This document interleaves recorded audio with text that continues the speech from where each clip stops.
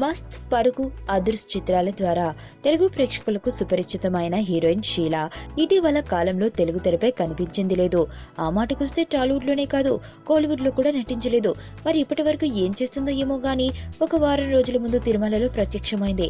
అయితే ఈ ముద్దుగుమ్మను గుర్తుపట్టడం కష్టం అనిపించేలా దర్శనమివ్వడంతో ఒక్కసారిగా అంతా అవాక్కయ్యారు. సహజంగా మేకప్ తో సిల్వర్ స్క్రీన్ పై చూసిన హీరోయిన్లను బయట మేకప్ లేకుండా చూడడమే కాస్త కష్టమైన విషయం. అలాంటిది రూపురేఖలన్నీ మారిపోయిన షీలా బాహ్య సౌందర్యం వీక్షకులకు షాక్ ఇచ్చినట్లయింది.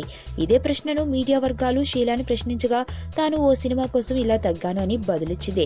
అయితే ఇందులో వాస్తవం లేదని భావించిన మీడియా వర్గాలు అదే ప్రశ్నను తిప్పి తిప్పి అడగగా అదే జవాబిచ్చింది. తెలుగు సినిమాలలో మళ్లీ ఎప్పుడు నటిస్తారని అడగగా ప్రస్తుతం ఓ తమిళ సినిమా చేస్తున్నాను, వచ్చే ఏడాదిలో తెలుగు సినిమా ఉంటుందని చెప్పింది.